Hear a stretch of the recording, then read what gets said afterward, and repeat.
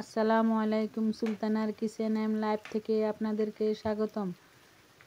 আমাদের ফজরের পরে ও মাগরিবের পূর্বে প্রতিটি মানুষের এই জিকিরগুলা 100 বার করা উচিত।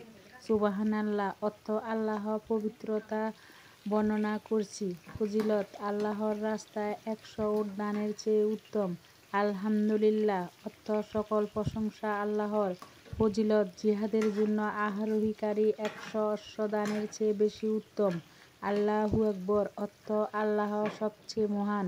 ফজিলত 100 ক্রীতদাস মুক্ত করার চেয়ে উত্তম। আজ এখানেই বিদায় নিলাম। আল্লাহ হাফেজ।